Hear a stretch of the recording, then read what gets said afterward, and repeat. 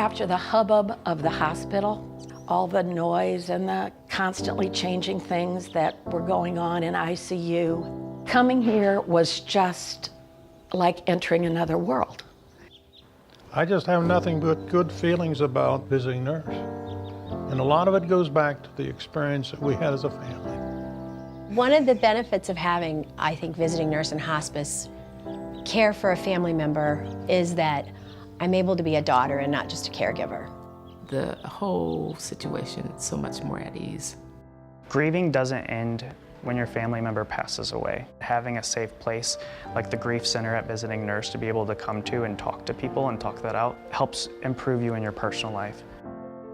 I said, "Daddy, what would you like?" And he said, "I just want to go home and sit on my patio and hear my birds." 4 hours later, my father was home on his patio in his backyard. And only Visiting Nurse could have made that happen. We got the diagnosis from the doctor that he had a tumor about the size of a tangerine in his lung. Hospital staff, the oncologist, told him there wasn't any more they could do. She concluded that she would rather experience death rather than to go through more chemotherapy or radiation.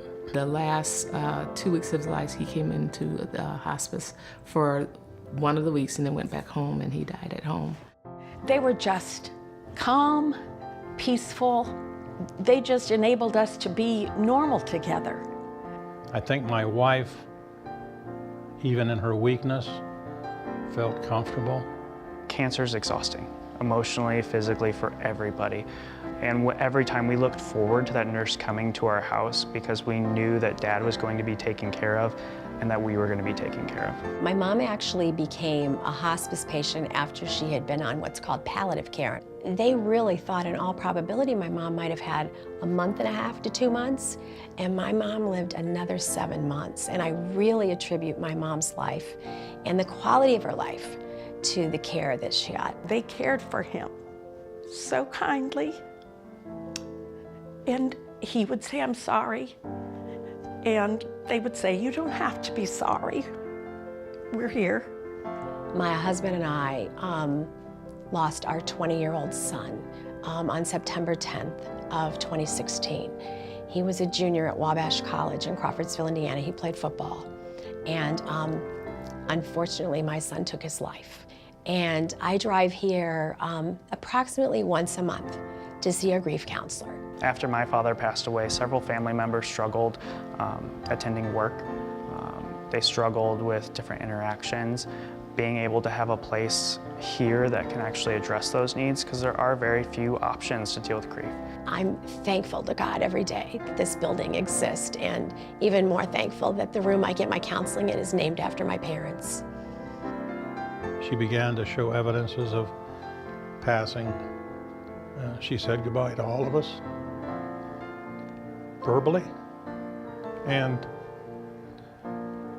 in many ways gave us comfort. They helped the whole family, especially the day of his death. And I have to say that they were so good at what they said that it was very timely, and you knew exactly what was going on in that last breath. I was there to see my dad take his last breath. When people hear the word hospice, it's such a scary word to them because they think, okay, what comes next?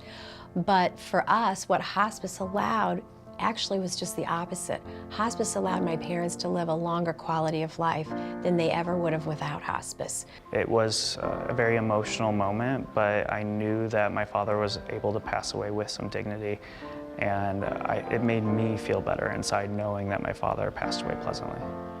She stayed with us until the body was removed from the home. She gathered us all together, had prayer with us. When no one else can deliver, these people move heaven and earth to take care of your family. I've told people they are angels here on earth.